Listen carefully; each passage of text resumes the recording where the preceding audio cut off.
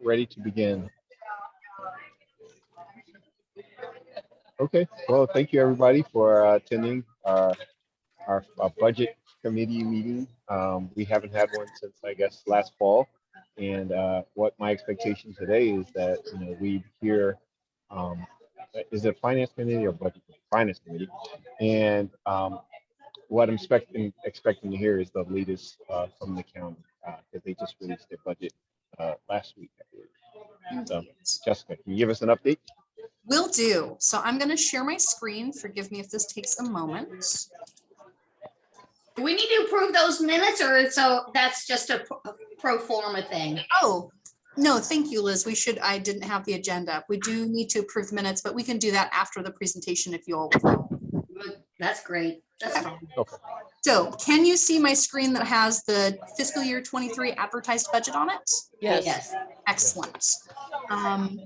I am going to mute a couple of you just so that there's not background chatter going on, but you are welcome to unmute yourself if you have questions anytime along here. So the county executive released his advertised budget last week, Tuesday, the 27th. That budget is available in full on the county's website. I've got it up right now. It's under fairfaxcounty.gov/budget, and then you can pull it up as the fiscal year 23 advertised budget plan. The word advertised is meant to indicate that this is just staff's presentation of documents and where they have indicated a starting point for budget conversations could be. It's not the final document. There will be a number of public community input opportunities throughout the next couple of months, before a budget is finalized in May for an adoption in June and starting in July. This page that you have up here shows a couple of things, and I'll go into a deeper dive, but in particular, I wanted to point out the fact that the county provides a citizen's guide to the advertised budget in a number of languages. I've just changed the slide here so you can see the citizen's guide. It's a 2-pager, and it's meant to be a really easy access point for anyone to understand a high-level view of what's going on in the budget. So the left side of the front page gives you general highlights. The right side breaks down funding for both the county and the schools. And then the secondary page gives both changes in proposed tax rates and the timeline for the different steps in the budget process. So this slide here with the budget schedule shows that the county executive presented it just last week, that there will be district specific budget hearings if Board of Supervisor members are interested throughout the month of March. Public budget hearings at the Board of Supervisors meetings will be April 12th through the 14th, adoption on the 10th, and then the fiscal year begins on July 1st. Another important date to note is March 8th, next week, Tuesday. That's the date that the Board of Supervisors will set a cap for the real property tax rate. I am going to highlight a couple of slides that were shared during that advertising presentation. These haven't been modified in any way. I just pulled them from the budget website. So it's the same information that was presented across the board. In general, there are a couple of highlights that the county has been looking at as it developed this fiscal year budget. And you can see that the first bullet here is about recruitment and retention challenges, both for the county and the schools. I thought you all would appreciate hearing a little update on the library's recruitment process. Yep. It has not been awesome. We have, we have modified our hours these last month and a half, and it will be modified for the next month as well, with the hopes that we would be able to bring more staff on board, as well as the Omicron surge dipping down. We all know that the Omicron surge is pretty well past at this point, which is lovely. At its peak, we had about 20 FCPL employees who were either quarantining or who were isolating, and that had a definite impact on our ability to provide services. But when I checked this morning, we still have 84 merit vacancies, which is a lot. Jessica, Yes. we could not hear you that Yeah, last some part. Sure. happened. Yeah, we have 84 merit vacancies still, both part-time and full-time. Some of those, to be fair, are being purposefully held. Some of them are being held because they're for Lorton, and Lorton is still not planned to open for another 5 or 6 months. Some of them are positions that are being considered for transition or for merging. but most of them we are actively in the process of recruiting for. And just to put in a little plug, I will change screens again here. If you have anyone who is interested, or if you yourself want to look around or share information with people, you can always go to the Fairfax County government job site and take a look around. We currently have 7 positions advertised, but when you look at them, we're not always recruiting for just a single position. So if I click on the youth services manager position, you'll see within the job ad that we're actually looking for 2 positions, one at Pohick and one at Sherwood. We are in the active interview date setting process and active interviews for 7 full-time library aides and either 14 or 15 part-time library aides. So many of these job ads are covering multiple positions, not just one. So just a little update on where we are with the library positions there.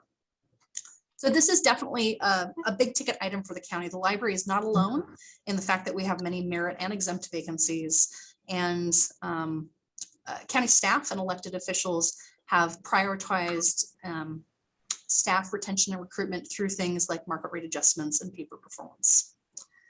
Liz, I'm sorry, go ahead. Could you go back to that other slide? The ones about the listing? Yep. Was there a community branch manager? Who are we? Springfield. Okay. That is for our Richard Byrd branch. Our manager there is retiring in May. Okay. And that's the only, there's another branch manager in Falls Church. Those are for community assistant branch managers. So we have both titles for positions and then we have classifications. So we've got librarians in various ranges. We've got library assistants. We have admin assistants. We're recruiting for a lot of things right now. Got it. Yeah. The other piece I think would be of the most interest to you all is about the real estate and personal property rates. So I will slide down to the next area here. You have likely heard either through the grapevine or having received your own property assessments that the county's base budget is built off of a flat tax rate of 1.14, $1.14 on $100 of assessed value. But because home prices and home assessments have increased so much, I think the average was 9.5% across the whole county, the average taxpayer is anticipated to see an increase on their tax bill of about $666, which our chief financial officer keeps saying is a very unfortunate number to have cropped up. 666. 666. And that's, that is a huge burden on our taxpayers in the county.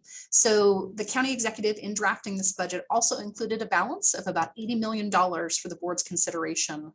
At yesterday's joint meeting between the school board and the board of supervisors, it was made clear that there will be a prioritization of this money to decreasing the tax rate. So right now it's at 1.14. At their board meeting next week, they will consider and vote on a cap for that. I don't know what that will be, but that will be coming up next week if anyone is interested in watching or hearing about it. And I'll send out an update afterwards. Another big piece of this year's budget, the majority of the county's general fund dollars go to schools. Usually it's somewhere in the range of 52.6 or 52.8% of the general fund dollars go to the schools. This year, the schools requests was fully funded, including an operational increase transfer of somewhere around $120 million in excess of last year's. The big thing here that affects the library is staffing costs. So a fully funded 4.01% market rate adjustment off of the base is included in the county executive's budget, as well as performance, merit, and longevity increases, which means that for the average FCPL employee, they will be seeing somewhere around 6.25% increase as of that first paycheck in July, which will be very welcome. Liz? You still got your hand up. Did you have another question? Oh, sorry. Oh, no, you're good. Okay. That was from before. Got it. So Sorry. those are kind of the real highlights. The way that the county looks at the budget is they try and ensure that new dollars are going towards priority areas. So in prior years, the library board has asked for, okay, if the county's baseline budget has grown by 6%, why doesn't the library get a 6% increase? Or we would like additional money for open service access hours. Here's how much money it costs per hour of service staffing. And the way that they are looking at doing this going forward is ensuring that any new funding areas are aligned with a strategic priority within the countywide strategic plan. So you can see in the 5th slide on this bullet that they talk about funding things like affordable housing, opioid use prevention, public safety staffing, and language access. And those are all wonderful programs that are identified as priorities. And it also means that as we make future requests, they need to identify and align those priorities too. Do you know anything about some of those programs? I don't know, like diversion program, that's like instead of going to jail, they're going into some kind of a Yes. medical and opioid, I understand, Mhm. public safety. New Yeah. language access program, what's that? The language access program is meant to ensure that county services and materials are available in multiple languages so that anyone can access the resources that the county has to offer. So that is, while a relatively low amount of funding is going into it, it's meant to support things like Channel 16, if you watch a board meeting now, is now streamed in both English and Spanish. For the library, it's going to be incredibly helpful as we look to promote our programs and services in multiple agencies. We have to currently pay out of pocket for any translation services we need. And there is an anticipation with additional funding for this that there will be some assistance there, which is very, very nice. Fran. On the public safety staffing, is there any way that our requests for social worker would fall in that category? That is an awesome question, and unfortunately, no. So public Oh. safety, I know. Oh. So social worker positions, although they are looking at co-responder models, that is when they go out and respond with both mental health professionals Oh. and law enforcement staff. Okay, The request that we've made for an in-house social worker does not quite fall underneath that. okay. Diversion First, Liz, is a program that's intended to reroute people who may have previously gone directly into the criminal justice system and instead provide them supportive options that can modify their maybe use behaviors instead.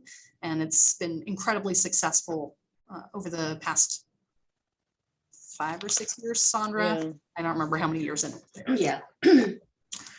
So I really only wanted to highlight a couple of pages in here for you. So I'm not going to go through all of them. There's lots and lots of them. But on the local economy side, I did want to make sure that folks know that as hard as our agency and every agency is out there trying to recruit, in December of last year, and it's even gone down a little bit since then, the unemployment rate was 2.2% here in Fairfax County. So we are competing against a very slim margin of available workforce with lots of vacancies in many different areas. So as hopeful as I was in January that we would be able to bring some additional bodies on board by the time we went back to normal hours in April, it's now becoming clear that that was probably a little unrealistic. So the fact that the county has included pay performance and a market rate adjustment will hopefully help us retain current staff as well as recruit new ones. I'm not going to review the whole slide about office vacancies. I'm sure you all might get a little bit more of that if the county's budget office comes and speaks. But one of the areas of concern for the county remains its commercial property base. Some of the county's dollars come from residential property, some of it comes from commercial property. And as the pandemic has continued on, many companies have opted not to maintain some of their office spaces because many of their employees are teleworking or finding alternative accommodations. So that's something the county is going to continue to look at. Another thing that you all may have seen doesn't immediately affect the library, but it does affect the county's base budget is personal property taxes. I'm sorry, I don't have that slide immediately up, but I will find it for you.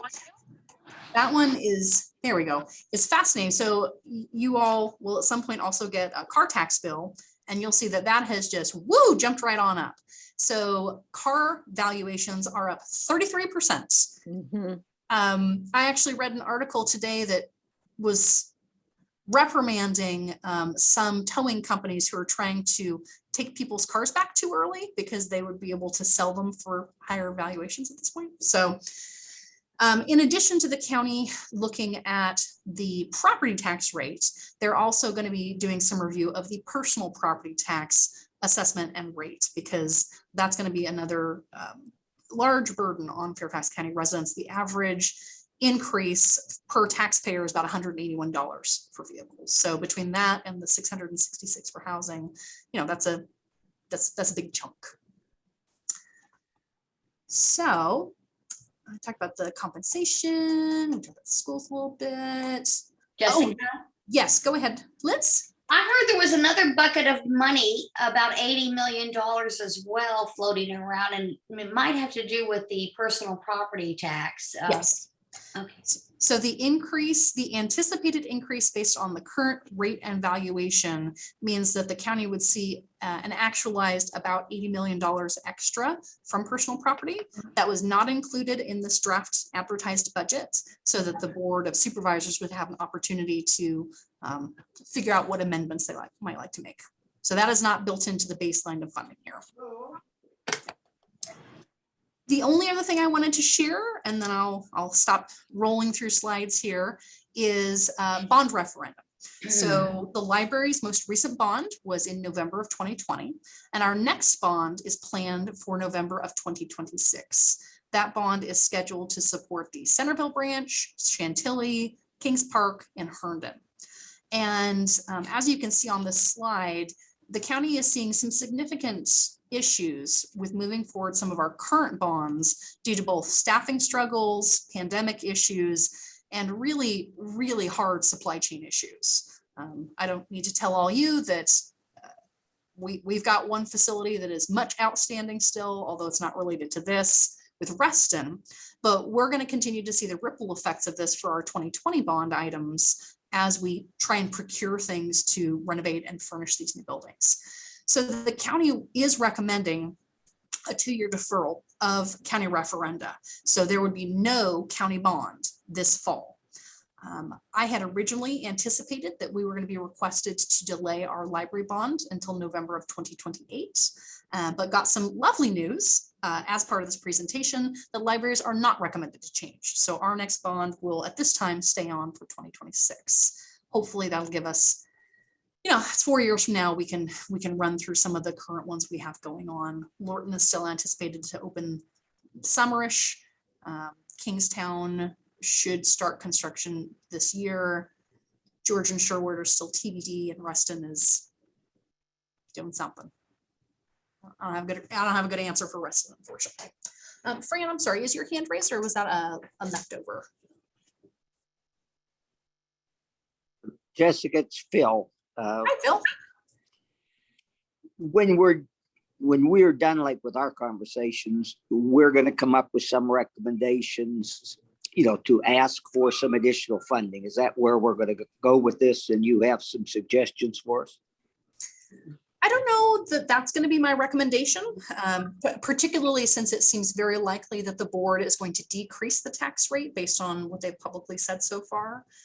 At this point, if I was going to recommend anything to you all, it would be to push forward even just one of our minor budget requests. So we've asked for a social worker for a number of years now. We've asked for funding to elevate our collection development budget, and we've asked for funding to expand access to public service hours. I think that those second two, the collection budget and the access to hours, is very, very unlikely.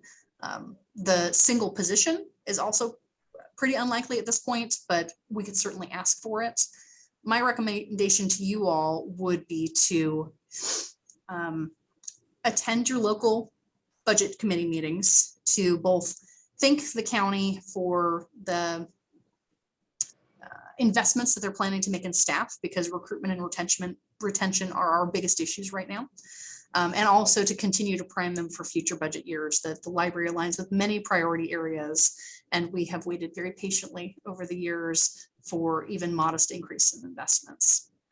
Jessica, from what I'm hearing on the scuttlebutt out there, adding staff is not a good political position to be in right now. Well, and this budget does include an addition of 109 positions across the county. Most of them are specific to locations. So earlier there was a note about public safety staffing. Some of that is for new public safety facilities that are opening that they can't open until they have additional staff. I meant like the social worker position. Yeah, that one. I think I might have to work with some of my colleagues in the Health, Housing, and Human Services Department a little more closely to see if there's alternative opportunities for that, because we have not made much headway on that particular option.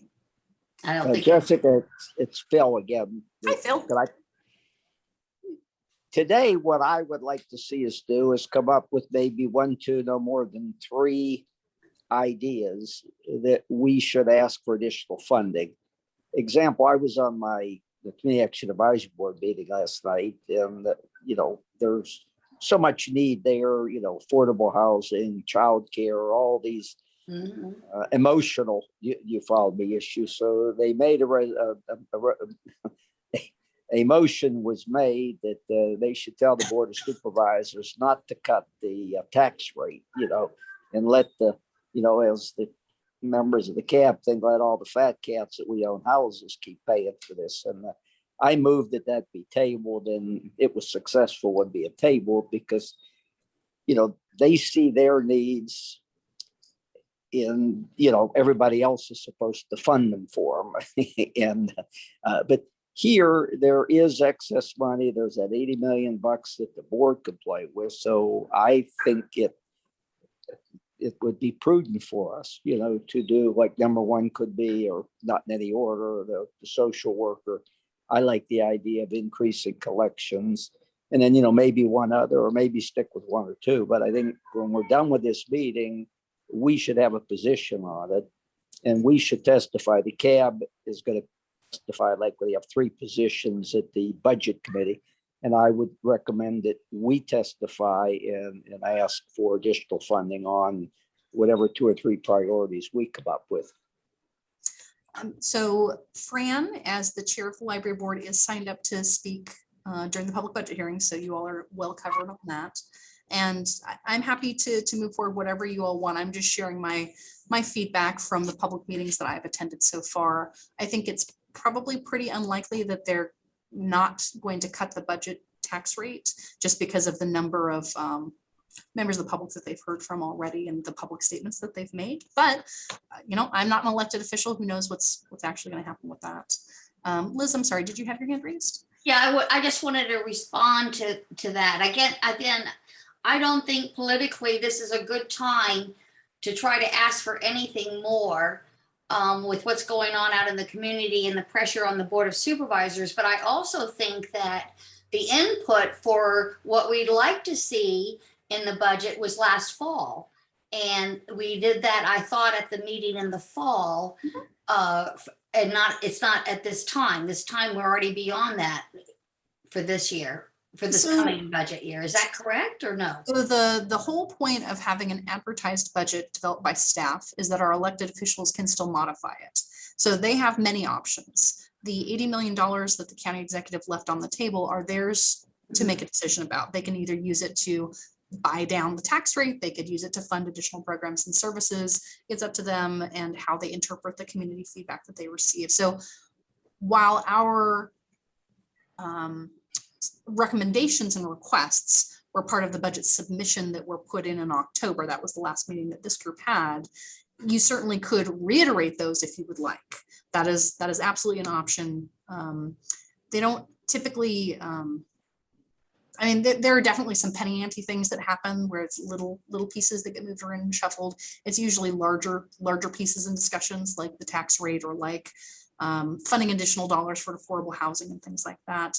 Sandra, am I correctly interpreting what we've seen in the public budget meetings so far? Have you picked up anything else?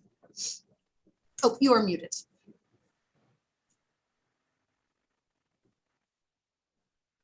I think you hit it on the nose, Jessica. I don't believe when we submitted our FY23 budget, we did not include, any requests for the social worker or anything like that. But I do believe that there's still opportunity if this board decides that they want to bring that forward.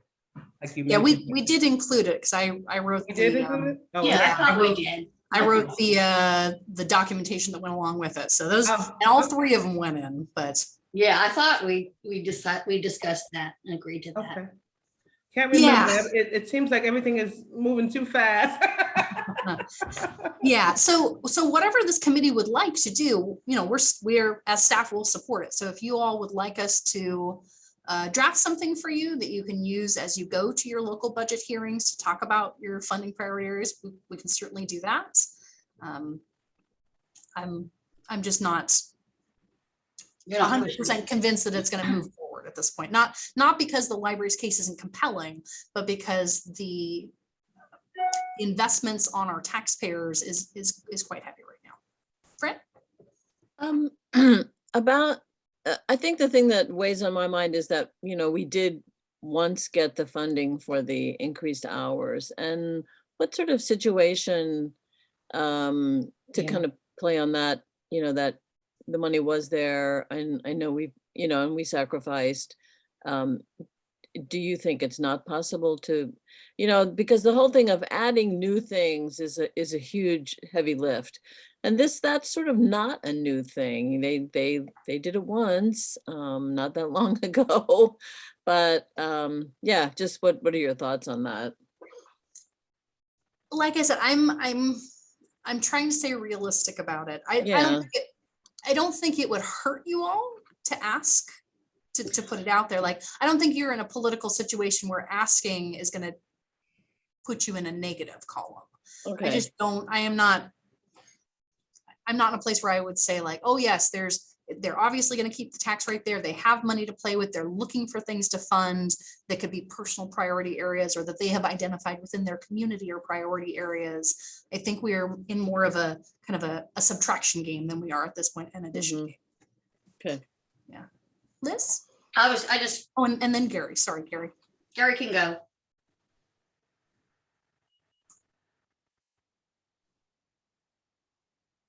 Gary, are you talking? I can't hear you. I'm sorry.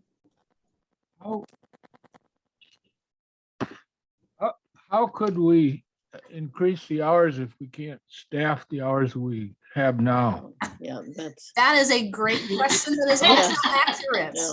Yeah. So we are still quite short-staffed, and we'll work it out when we resume normal hours in April. The fact that many of our folks are no longer quarantining or isolating helps. I think my interpretation of that would be, when we get funding for this, if we were to get it, say on July 1st, it would be a movement forward. We might not be able to implement it immediately. We would need a ramp up time to get there.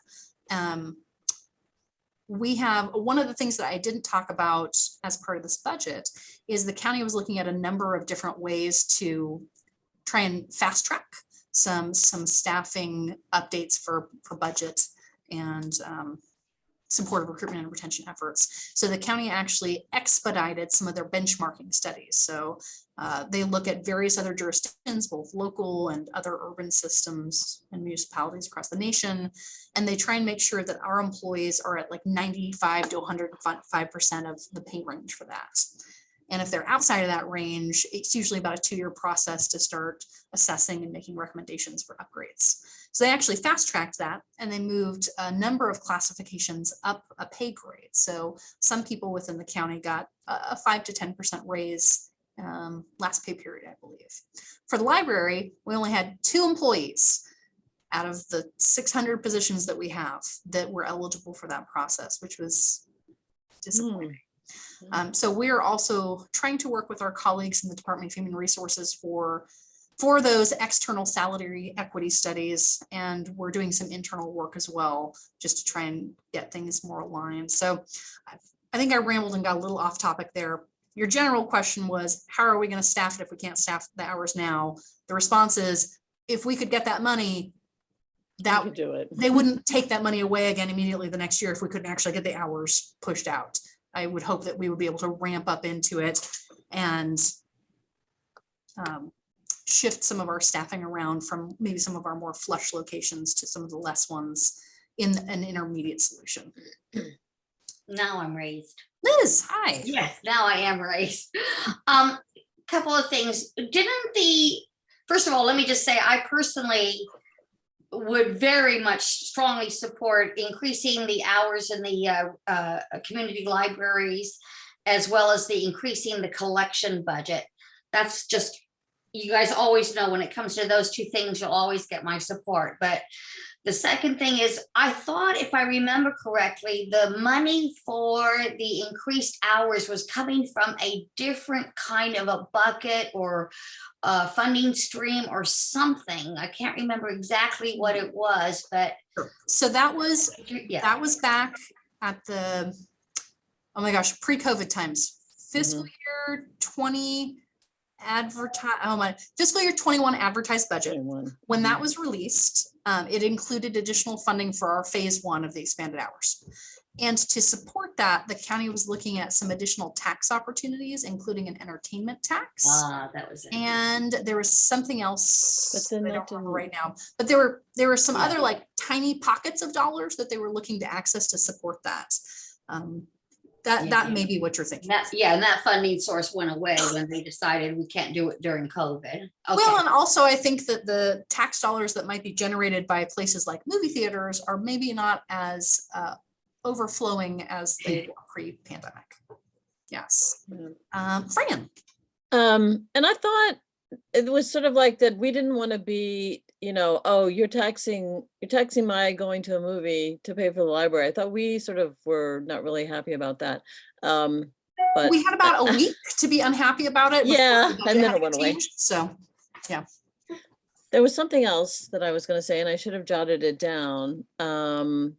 Oh, I know. I think, what's sort of rolling around in my head is the amazing support and usage that we got during COVID, and also the incredible cooperation with other agencies. I mean, I think we have a really strong footing with our services and our record during COVID. And as well, I think with the county executive, I'm so impressed with him, at the different events where he's just really engaged in what the library is doing. I think, maybe knowing that we wouldn't get it, but I think talking about it is still a good idea. So that's, and I'm fine with talking about that in my budget presentation. So, yeah. Can I comment on what Fred said? I agree 100%. We got accolades for the different things that we did during the virus. And so we should try to capitalize on that. And then again, I'm coming back to my suggestion, come up with one or two things. And I think as trustees, if we don't advocate and ask for things that we really need, then we're not holding our responsibility. And, sure, I could go and make a, comment, and they're listening to 87 other people, making comments. And, as an individual trustee, I think that the trustees, the library trustees of Fairfax County should take a position, and then we try to advocate that way. So it isn't just me testifying or Fran testifying. So that's my suggestion. Yeah, like I said, we are your staff. We will help you prepare whatever you'd like. So if you'd like, we can always take what was submitted as part of the requested budget, those 3 items, the hours, the collection, and the social worker staff member, and we can retool that into some budget talking points for you all to review. My thought, Jessica, would be if we ask for 2 or 3 things, maybe we get one. If we don't ask for anything, then we're not going to get anything. So it's up to us to advocate for what we feel we need. Yeah, and to have it out there that, we haven't retreated from wanting to have the same hours. I mean, and I think, and I agree with Phil. It's like, oh yeah, they're still singing that same song. Yes, and we will continue to sing that same song. And I went back and I looked, we did put it in FY23. Yes, we did. Good, I knew we did. It seems so long ago. It was so long ago. So would you all like us to, as Phil indicated, do you want us to hone in on just one? Do you want us to flesh out a little bit more about all 3? What's your preference? I've already expressed my preference that I will support whatever the group does, but I am not personally supportive in the environment that we're in right now to advocate for anything immediate. If we're talking about reminding people long-term, we are still looking for funds for increasing our hours in the community libraries, and we definitely need to build up our collections. I have no problem with that. But I don't think that, personally, I don't think it's a smart move in the environment that we have right now in our community is to ask for more money or even for a one position. But that's my minority opinion, probably.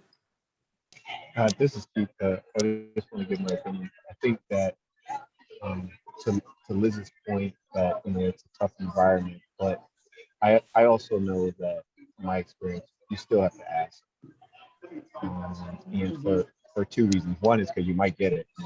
The Yeah. second is to to be on record to say that we still need this, because if we come back next year and there's a gap year that we didn't do it, I think that's weaker, and it's stronger if we ask for it this year and next year. But we already asked for it, did we not? We Well, got no, I it. understand, but we're persistent. Yeah, definitely. Okay.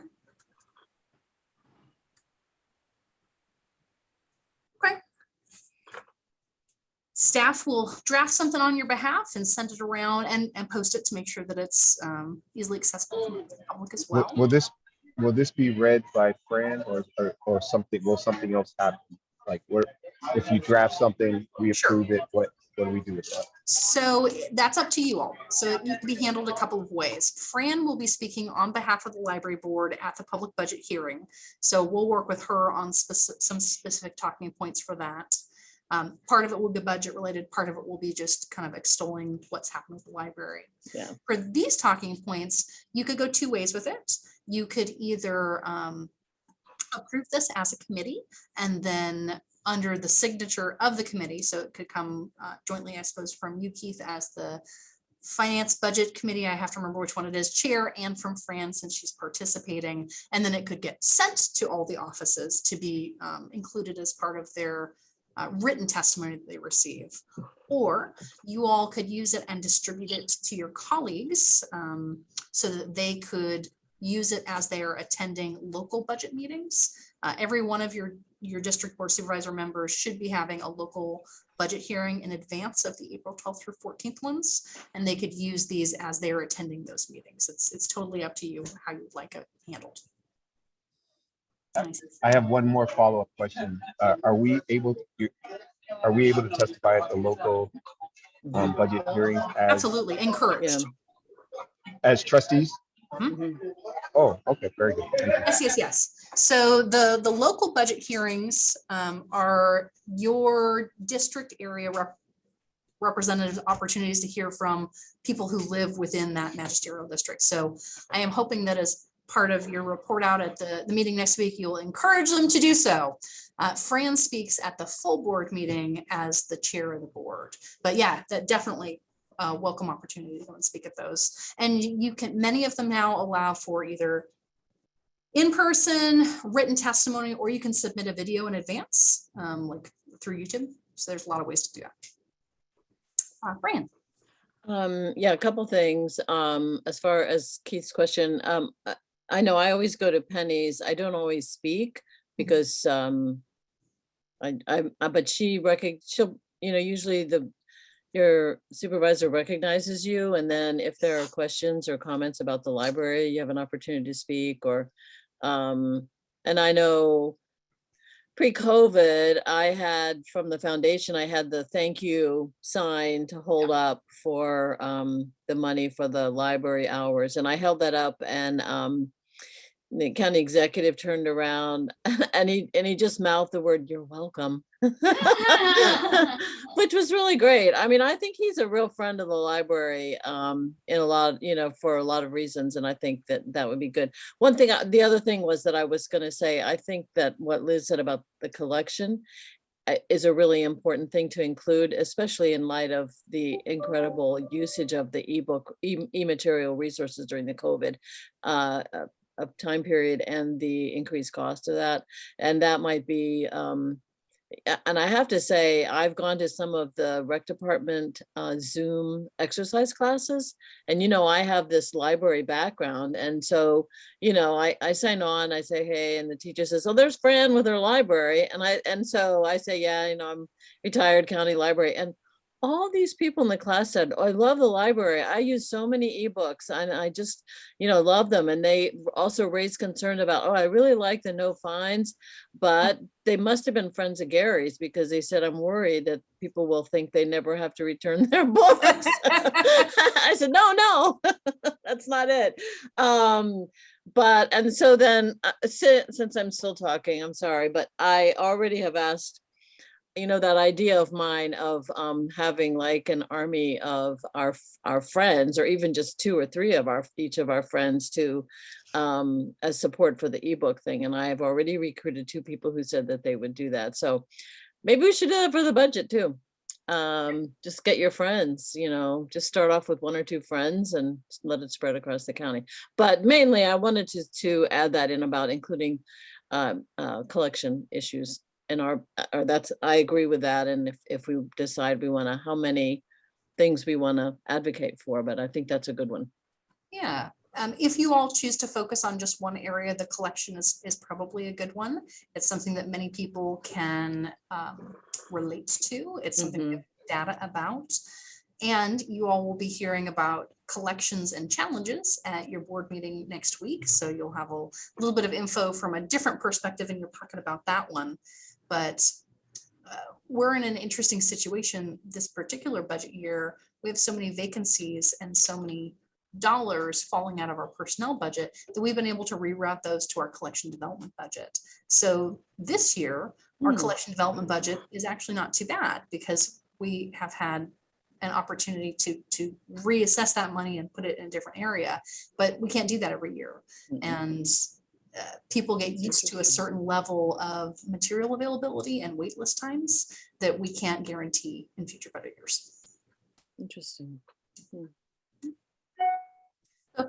may have seen that Sandra, the library's financial services director, had to hop off, but I think that's the end of our information we wanted to share. And it sounds like you all would like us to draft some budget talking points for your consideration to either use to send to the board of supervisors or to share with your colleagues for use at local budget town halls.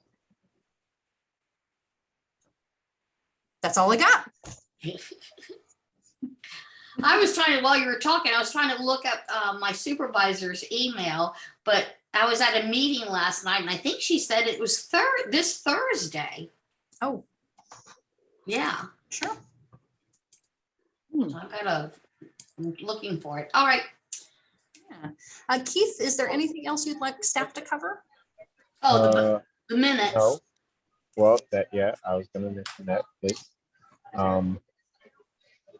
I guess we have to get a motion to approve the minutes. Can I get a motion to approve the minutes from our last budget/finance committee meeting? I move. All right, can I get a second? I second. Phil seconds. Meeting minutes are approved. Thank you. Thank you. And I'm very impressed about Phil saying, let's ask, because I'm usually the one who says, let's ask. It never hurts to ask. Right. So I appreciate Phil's position. And I guess the rest of you. staff will start working on those tomorrow, and I will try and get you something by the end of the week.